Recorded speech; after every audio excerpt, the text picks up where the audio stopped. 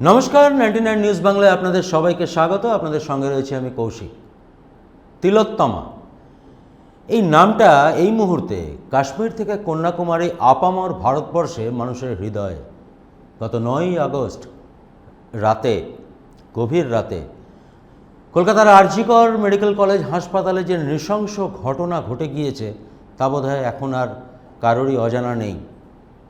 তিলোত্তমা, সেই মেয়েটির নাম দেওয়া হয়েছে তিলোত্তমা এবং সেই তিলোত্তমাকে বাঁচিয়ে রাখতে অভিনব উদ্যোগ দুর্গাপুরের গাছপ্রেমী মানুষজনদের। এদিন আমরাইয়ের নীলডাঙ্গায় তিলোত্তমা উদ্যান নামে একটি বাগান তৈরি করল দুর্গাপুরের বৃক্ষপ্রেমী মানুষজন। গন্ধরাজ গাছের চারা রোপণ করে সেই চারা গাছে রজনীগন্ধার মালা পরিয়ে তিলোত্তমাকে মানুষের মধ্যে বাঁচিয়ে রাখার অঙ্গীকারবদ্ধ হল দুর্গাপুরের গাছপ্রেমী সংগঠন। শুধু গন্ধরাজই নয়, রোপণ করা হলো 50টি ফুল ও ফলের গাছ। বাগানের প্রতিটা ফুল যেন ফোটে তার নামে, সেই ফুলের সুগন্ধে মানুষের হৃদয়ে যেন গেঁথে থাকে সেই নাম। তাই সেই বাগানের নাম দেওয়া হলো তিলোত্তমা স্মৃতি উদ্যান। কার্যত অভিনব উদ্যোগ দুর্গাপুরের বৃক্ষপ্রেমী সংগঠনের।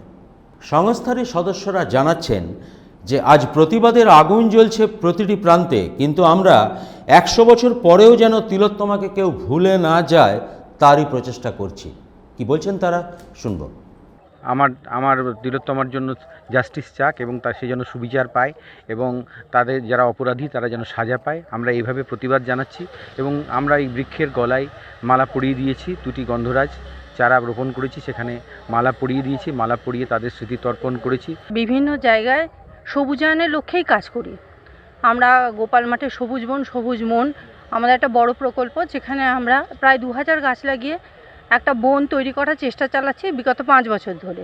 তো আজকে আমরা এই জায়গায় দাঁড়িয়ে আমাদের 2টি গাছ আমরা দুজনের স্মৃতির উদ্দেশ্যে রোপণ করলাম। দুর্গাপুর থেকে সনাতন গড়াইয়ের রিপোর্ট, 99 নিউজ বাংলা।